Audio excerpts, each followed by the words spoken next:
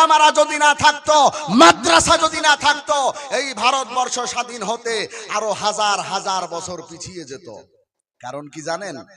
56,000 উলামায়ে কেরামকে দিল্লির রাজপথে যতগুলা গাছ আছে, এমন কোন গাছ নাই যেখানে আলেমদেরকে ঝুলিয়েছিল না, শুধুমাত্র প্রতিবাদ করার জন্য ইংরেজদের সাথে।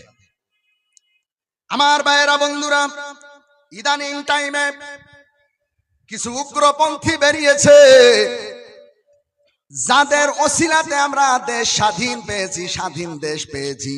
আজকে তাদেরকে বাদ দিয়া এরা বড় বড় সাইনবোর্ড টাঙায় আর বলতেছে, সাইনবোর্ড লাগিয়ে বলতেছে, আমরা 2026 সালের মধ্যে ভারতবর্ষটাকে হিন্দু রাষ্ট্রে গঠন করব, হিন্দু রাষ্ট্র গঠন করব।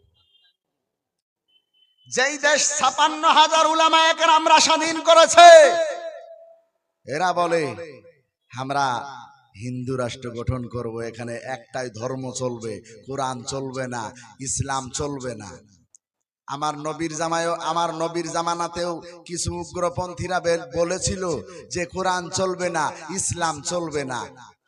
তাদেরকে আল্লাহ টিকিয়ে রেখেছে? কথা বলেন, তাদেরকে আল্লাহ টিকিয়ে রাখছে?